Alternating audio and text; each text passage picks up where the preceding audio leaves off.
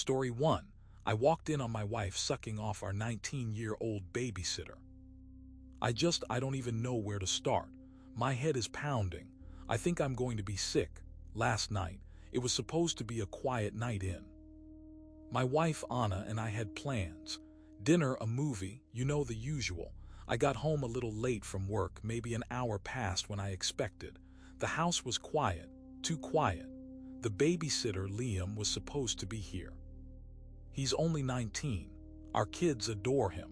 Anna has hired him for years, since he was like 15. He's practically family. I came in through the back door like I always do. It opens right into the kitchen. I figured they were all in the living room, kids probably already asleep. But then I heard it, a sound.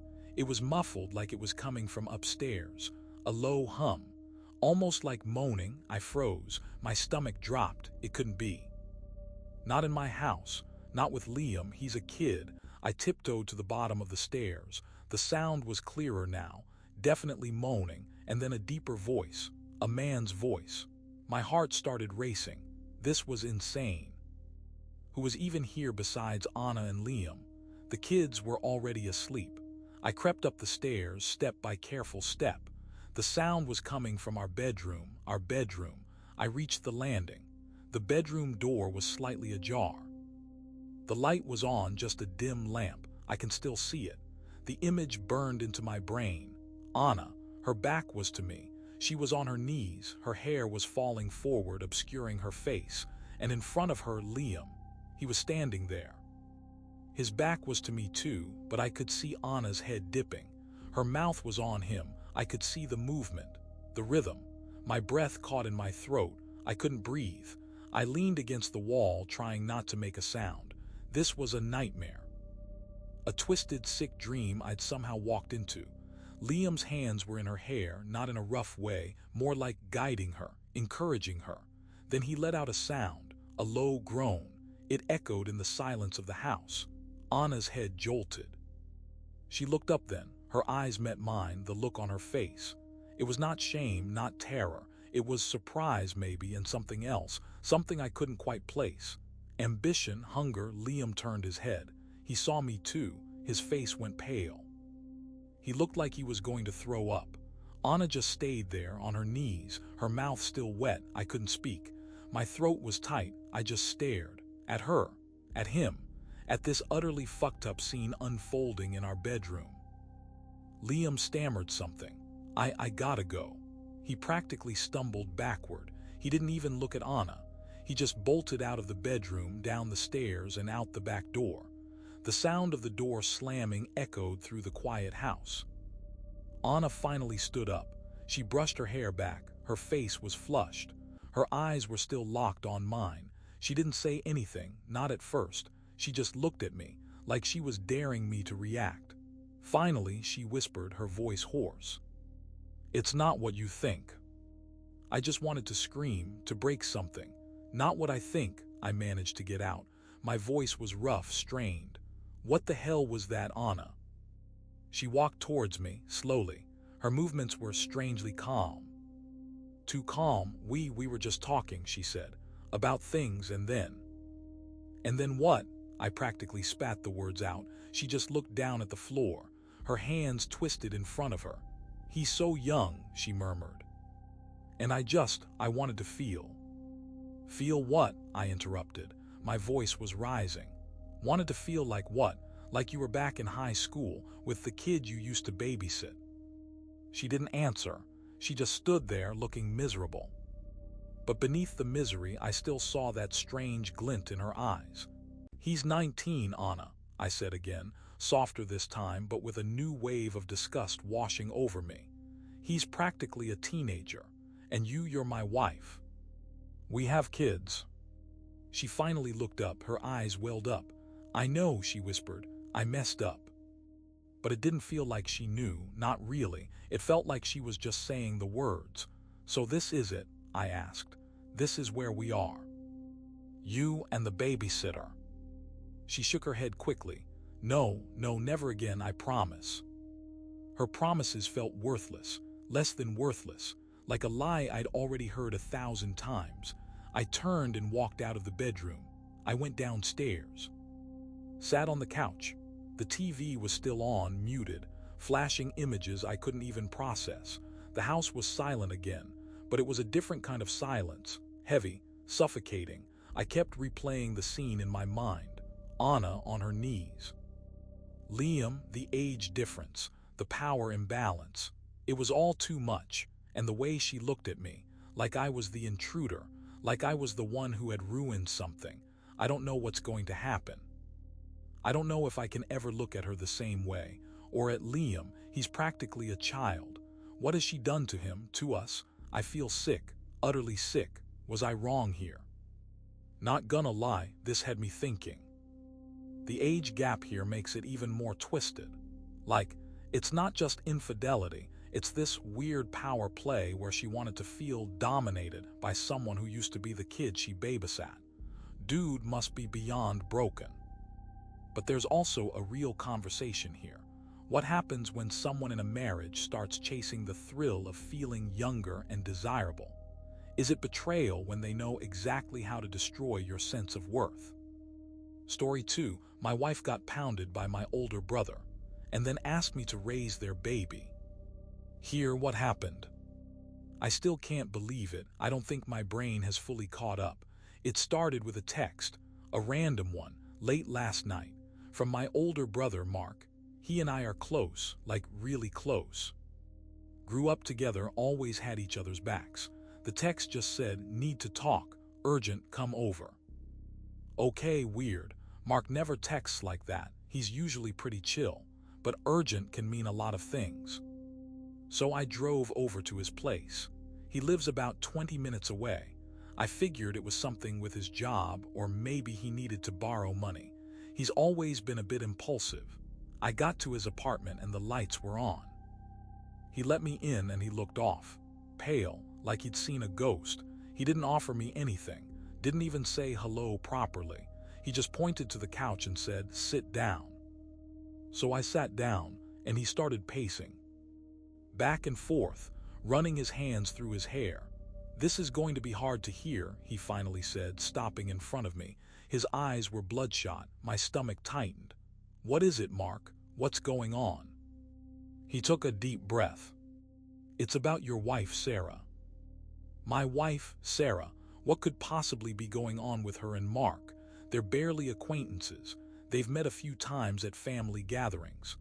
What about Sarah? I asked, my voice getting a little shaky. He looked me straight in the eye, and then he said it, the words that have been replaying in my head ever since. We've been seeing each other. I blinked, said that again. You've been seeing each other. What does that even mean? He swallowed hard. It means we've been together romantically, intimately. Intimately, the word hung in the air. My mind struggled to connect the dots. Mark, my wife, together, intimately. It felt like a prank, a cruel, elaborate joke. No, I said, shaking my head. No, that's impossible. You're lying.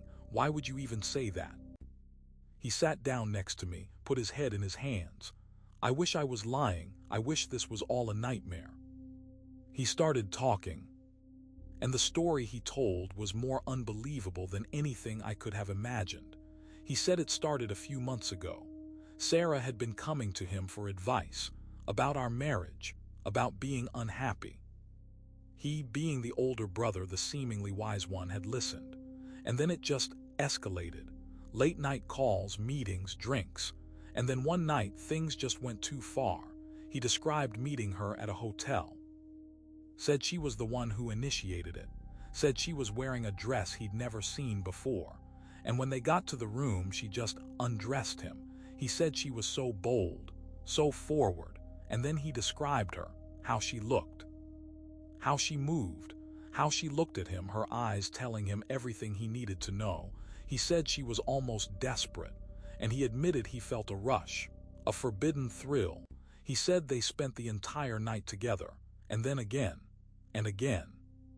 They were being careful, they thought, meeting when I was on business trips, whenever she could get away. But the worst part, the absolute worst part, came at the end of his confession.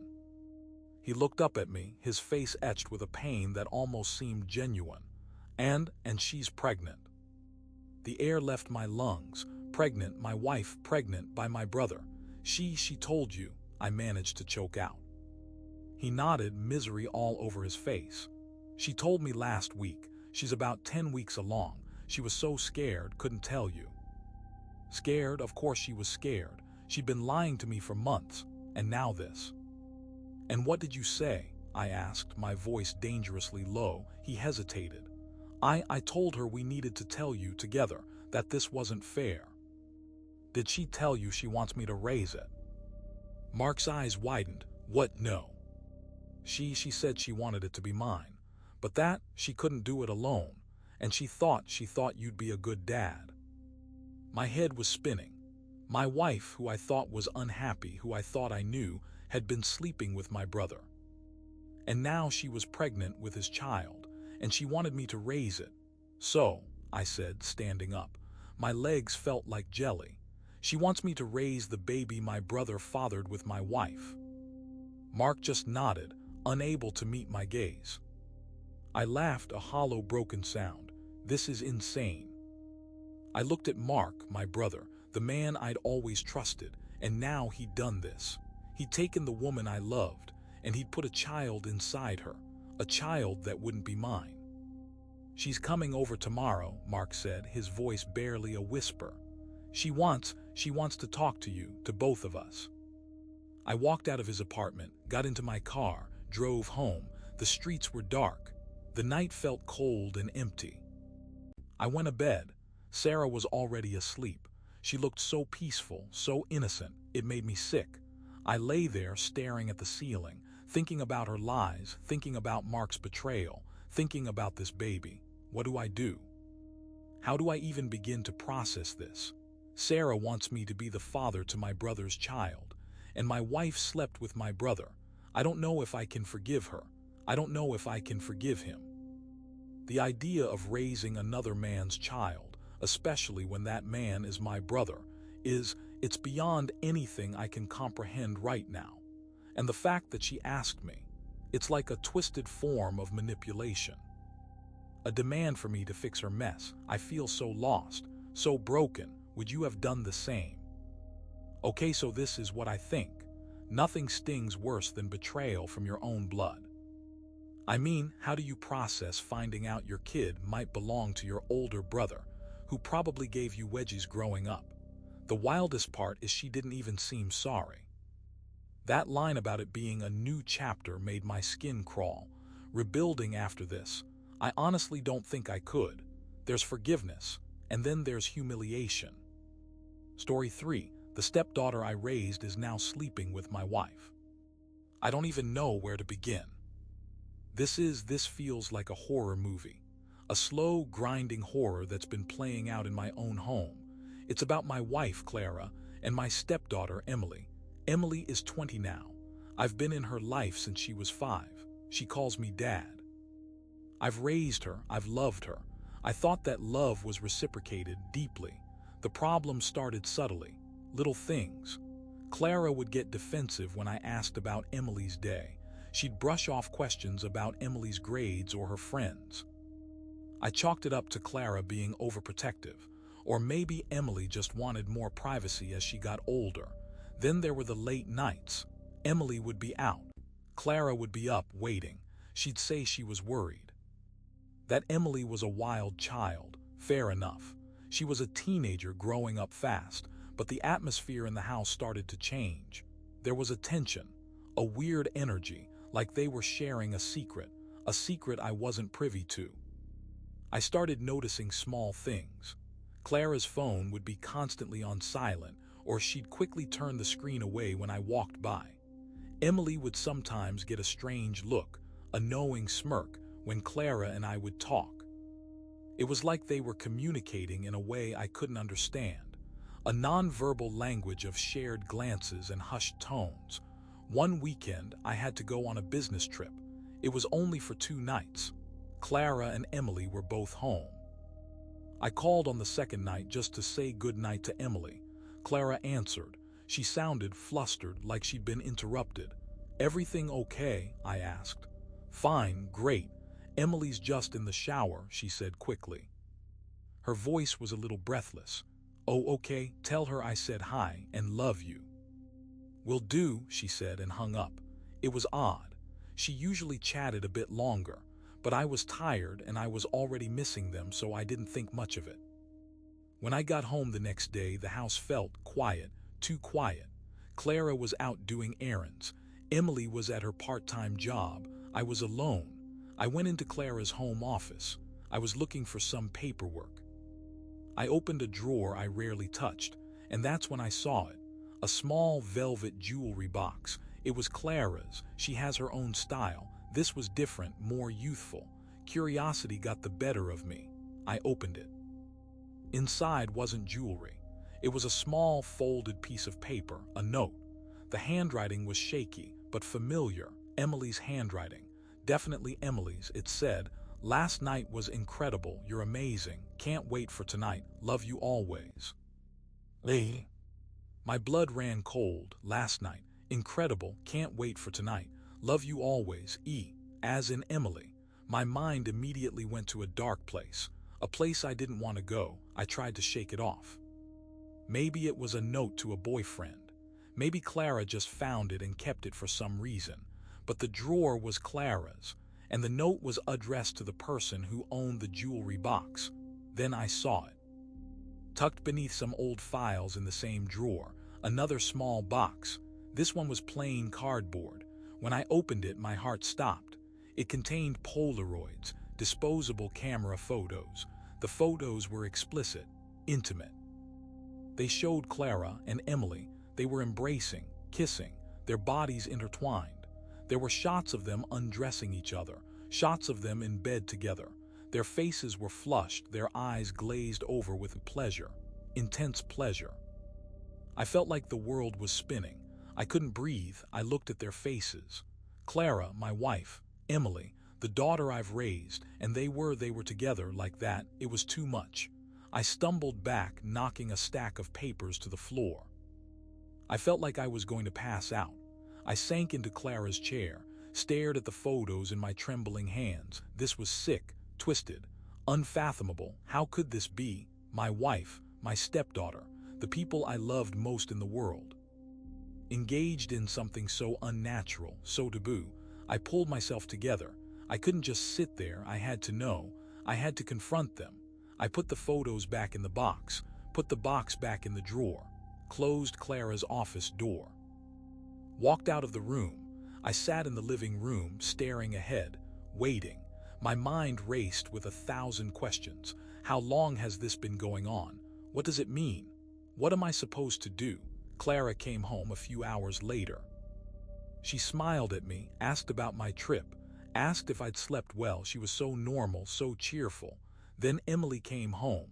She walked in, saw me sitting there, and her smile faltered. She looked at Clara. A quick, almost imperceptible glance. "Hi, Dad," she said, her voice a little strained. I stood up. My body felt heavy, my voice was hoarse. "Emily, Clara, we need to talk." Their faces changed. The cheerful masks dropped. They looked at each other again. A silent conversation passing between them. Fear, recognition, resignation. "What is it?" Clara asked, her voice carefully neutral. I walked over to the drawer, pulled it open, took out the cardboard box. Held it out to them. Clara gasped. Emily's face went ashen. "What is this?" Clara whispered, her eyes wide with shock. "I think you both know," I said, my voice shaking. "I found these. In your office, Clara." Silence. A thick, suffocating silence. Clara looked at Emily. Emily looked at the floor. Tears started to well up in her eyes. "Dad, Emily started, her voice breaking. "Don't," I cut her off. "Just don't." Clara finally found her voice. It's complicated." Complicated. That was her answer. More complicated than me finding pictures of my wife and stepdaughter together. "Complicated," I repeated, a bitter laugh escaping me. "You're my wife, she's like my own daughter, and you're doing this. How is that anything but an absolute nightmare?" Clara started to cry. Emily was sobbing now. "We didn't mean for this to happen," Clara choked out between sobs. "Didn't mean for it to happen." I felt a surge of anger. "You were sharing a bed. You were kissing. You were erasing me." I pointed at Emily. My voice cracked. "I raised you. I changed your diapers. I took you to school. I loved you. And you were doing this behind my back." Emily just cried harder, couldn't speak. This wasn't just infidelity. This was a betrayal of a deeply personal, deeply ingrained bond. They had built a secret world together, a world that excluded me, a world that seemed eroticized by the very taboo it represented. I couldn't stay in that house. I couldn't look at them. I grabbed my keys, my wallet, walked out the door. "I'm staying at a hotel tonight. I don't know what tomorrow brings. I don't know if I can fix this, or if I even want to. This feels like the end of everything I thought was real. Was I wrong here?" Here, how I see it. The pain isn't just the cheating, it's the fact that he dedicated years to being a dad figure, and now the two people he loved most turned it into something erotic behind his back. It's like they erased his identity completely. Honestly, this story creeps me out more the longer I think about it. Not just the sex, the betrayal of the role he played in both their lives. That emotional erasure hits hard. Story 4, I trusted my therapist until I found sex videos of her with my husband. I don't even know if I can write this without my hands shaking too much. I trusted her, completely. She was my confidant, my guide, the one person I felt I could be truly vulnerable with as I navigated my crumbling marriage. Dr. Evans. My husband, David, and I were going through a rough patch, a major rough patch. Years of neglect, of growing apart. I felt like I was drowning. David was distant, secretive. He was working late constantly, always on his phone. I suspected an affair. I told Dr. Evans everything, every fear, every suspicion. Every tear. She was so professional, so calm. She helped me unpack my emotions. She validated my feelings of hurt and anger. She encouraged me to communicate with David, to set boundaries, to fight for our marriage if that's what I truly wanted. She even offered to meet with David to try and work through things with both of us. I jumped at the chance. I wanted this marriage to work. David agreed, reluctantly. He said he was willing to try anything. Their first joint session was a few weeks ago. I went in feeling hopeful, nervous but hopeful. David came out looking different, calmer. He even initiated a hug when we got to the car. I was starting to believe Dr. Evans was working miracles. She told me David was opening up, that he was admitting his own faults, that he was realizing the damage his actions had caused. She said he was working on his control issues concerning his phone and his time. Then, last week, something happened. David was out of town for a conference. Dr. Evans had canceled our session at the last minute, said she was feeling unwell. So I was home alone, bored, and a little anxious, being without my therapist's guidance. I was going through some old boxes in the attic, looking for some sentimental photos to cheer myself up. I found a USB drive. Didn't recognize it, figured it must belong to David. He's always losing tech around the house.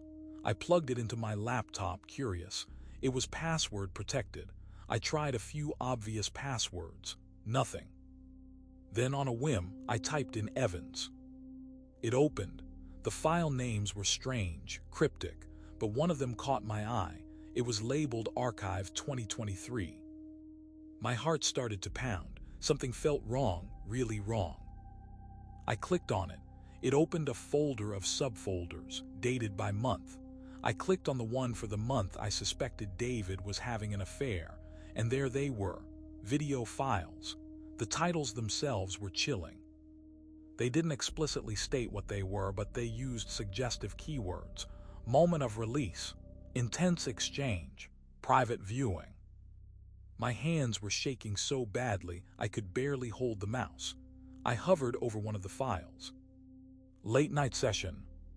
Against my better judgment, I clicked play. The video started. It was grainy, dark, but it was undeniably them. Dr. Evans and David, my husband, they were in a room. It looked like a hotel room, similar to the ones David stayed in for these conferences. They were together, intensely together. Dr. Evans was on top of him. Her back was to the camera, but I could see David's face. His eyes were closed. He looked utterly consumed. The audio was clear, their heavy breathing, their whispered encouragements, Dr. Evans's voice. The calm, professional voice that had guided me through my darkest moments was now laced with raw, uninhibited passion. I felt a wave of nausea wash over me. I could feel myself hyperventilating. I wanted to shut it off, to pretend I hadn't seen it, but I couldn't move. I was frozen, watching my therapist and my husband engaged in something so deeply intimate. Then Dr. Evans turned her head. Her face was flushed. Her hair was disheveled, and she looked directly at the camera. For a split second, I thought she saw me, but it was just a camera, hidden, recording. She smiled, a slow, knowing smile. And then she lowered herself back onto David. I couldn't watch anymore. I slammed the laptop shut. The sound echoed like a gunshot in the silent house. I threw up, violently, into a nearby trash can. When I could finally breathe again, I opened the laptop. I looked at the file names. There were dozens of them, videos of them together, every month since my marriage started to deteriorate. And then I saw the other folder, labeled payments. I opened it, and there were transaction records, large sums of money paid to Dr. Evans from David's account for therapy sessions. Individual sessions, not couple sessions. She wasn't just sleeping with my husband. She was charging him for it, for sessions that I thought were helping me. She was making money off my pain, off my trust. This wasn't just an affair. This was a calculated deception. A complete and utter violation of my trust, my vulnerability, and my deepest needs. She had used my pain as a tool. My marriage's implosion was her business opportunity. I sat there for hours, staring at the screen. The betrayal was suffocating.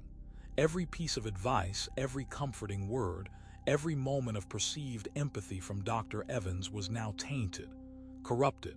It was all part of the act. A performance to keep me engaged, keep me coming back, keep draining David's accounts. I finally stood up. My legs were stiff. My mind felt numb. I picked up my phone, dictated a text to David. "The conference is over. Come home. We need to talk." Then I called Dr. Evans's office. I let it ring, wanting to hear that calm, professional voice one last time before I shattered it. "Dr. Evans's office. How may I help you?" the receptionist answered. "Tell her," I said, my voice tight with a rage I hadn't known I possessed. "Tell her I found the videos. Tell her I know about the payments." A pause on the other end. Then I don't understand. "You will," I said, hanging up the phone. "I don't know what I'm going to do next. Confront them both. Go to the authorities. Just disappear. All I know is that the woman I trusted implicitly, the woman I confided my deepest secrets to, has actively participated in destroying my marriage and then profited from my suffering. Would you have done the same?" So here's my take on this. The therapist didn't just cross boundaries, she shattered them. You're supposed to feel safe in therapy. Imagine finding out the person helping your spouse heal is literally screwing him on camera. That's beyond unethical. That's evil. And paying for it all, honestly, that part hurts the worst. I wanted her to confront them both or burn the house down. She deserves better. Way better. Story 5. My husband couldn't get me pregnant, but the mailman could. This is it. I have to get this out. No one knows, no one can ever know, but I can't keep it inside anymore. My husband, Michael, and I. We've been married for 7 years, and for those 7 years we've been trying for a baby. 7 years of timed intercourse. 7 years of ovulation kits. 7 years of hope turning into disappointment month after month. We went through the tests, so many tests, blood work, ultrasounds, everything came back fine for me. Michael, well, his count wasn't great, not terrible, but not great. The doctor kept saying it was possible. Just keep trying. But after years, hope starts to fade. Michael started getting more and more withdrawn. He'd get angry, frustrated. He'd blame himself. I hated seeing him like that. I hated the strain it was putting on us. Then about 6 months ago, things took a turn. Our mailman, a guy named Kevin, he's been delivering our mail for years. Friendly guy, always has a smile. We chat for a minute when he dropped off packages, nothing more. One day Michael was at work. I was home feeling particularly down. The mailman arrived. Kevin. He noticed I looked sad. He stopped for a longer chat than usual, asked what was wrong. I don't know what came over me. I just broke down. Told him about Michael, about trying for a baby, about the disappointment, about how much I wanted a child. He was so kind, so sympathetic. He said he had some kids himself. Told me he knew how much it meant to people. He sat on our porch steps with me for a good half an hour just talking. Things progressed. He started lingering a bit longer each day. A touch on the arm, a lingering hug. I knew it was wrong. I knew I shouldn't, but I was so desperate. So lonely in my struggle. And he was so attentive, so encouraging. One afternoon, Michael was away on a business trip. It was a Tuesday. Kevin came to the door with a package. He smiled that usual smile, but there was something different behind his eyes. A knowing look. He said, "You know, I was looking at those fertility charts again, and today's supposed to be a good day for you." He winked. My heart leaped into my throat. "Kevin," I started. He just stepped closer. His hand reached out and cupped my cheek. "I want to help," he whispered, "more than anyone." And I let him. I invited him in. We were careful, so careful. He'd come over when Michael was at work, always during the day. He'd leave quickly. I'd make sure everything looked normal. And then it happened, about a month ago. The doctor confirmed it. I was pregnant. Michael cried. He was so happy. So relieved. He held me tighter than he ever had before. He couldn't stop smiling. He kept saying, "Thank you, thank goodness." He believed it. He truly believed this was his miracle, their miracle. I've been living in a constant state of anxiety. Every morning I wake up with a knot of dread in my stomach. Every kick I feel from the baby is a reminder of the lie. Michael talks about the future. He's already picked out names. He's decorating the nursery.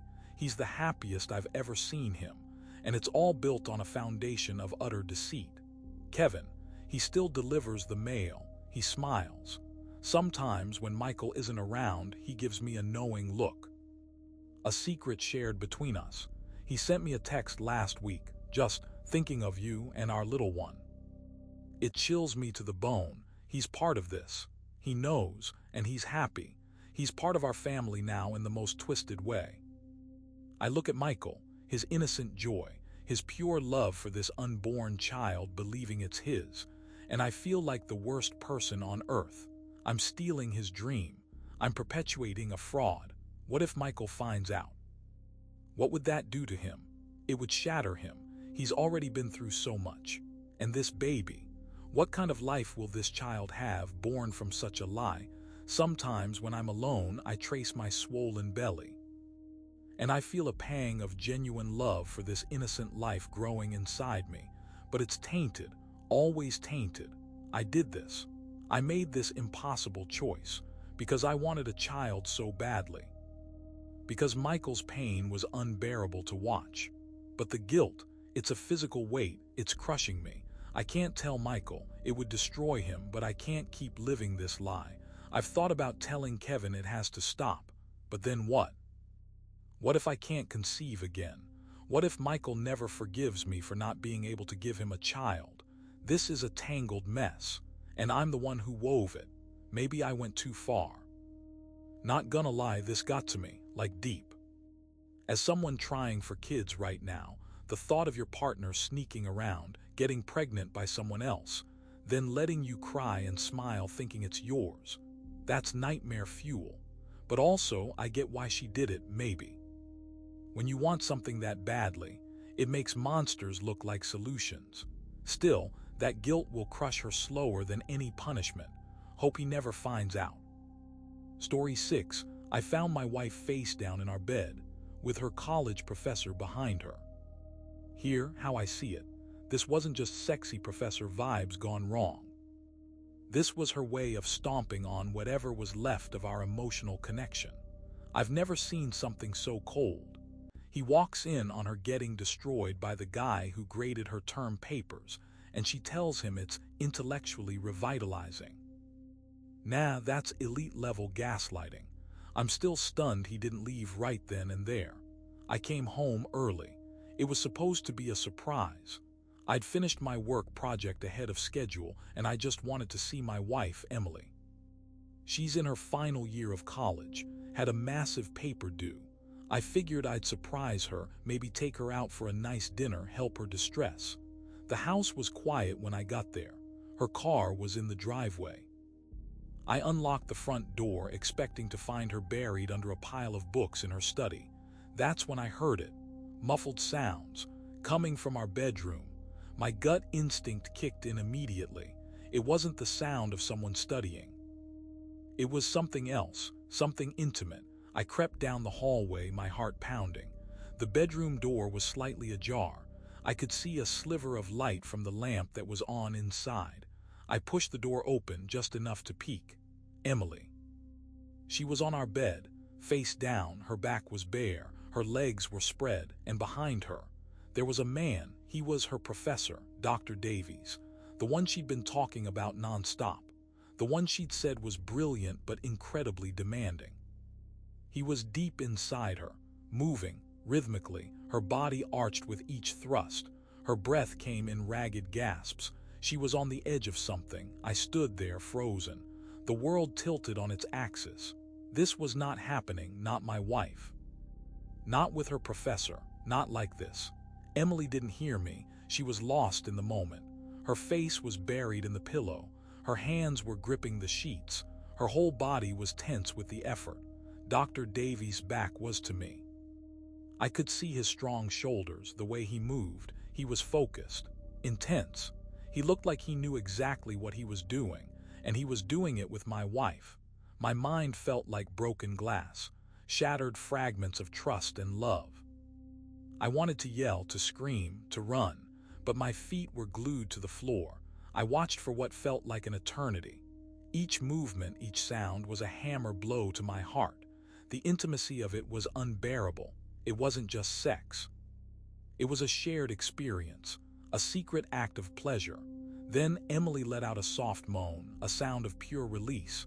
Her body convulsed. Dr. Davies held her close. His own breathing was ragged. My breath hitched. I couldn't take it anymore. I pushed the door open further. Emily's head snapped up. Her eyes, wide with shock, met mine, her face drained of color.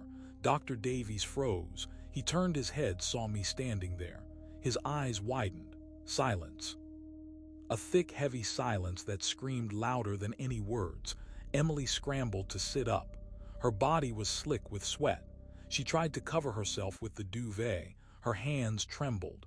What are you doing here?" she stammered. Her voice was a whisper laced with a panic I'd never heard before. I just stared at her bare back, at the flush on her cheeks, at the sheer terror in her eyes. Dr. Davies slowly disengaged himself. He pulled up his pants. His movements were surprisingly calm, almost practiced. He didn't meet my gaze. He looked past me like he was assessing an escape route. "This is not what it looks like," Emily choked out, tears welling up. My laughter was harsh. "Broken, not what it looks like. Really, Emily." I walk in on my wife face down in our bed with her professor behind her, and it's not what it looks like. Dr. Davies finally spoke. His voice was smooth, unnervingly calm.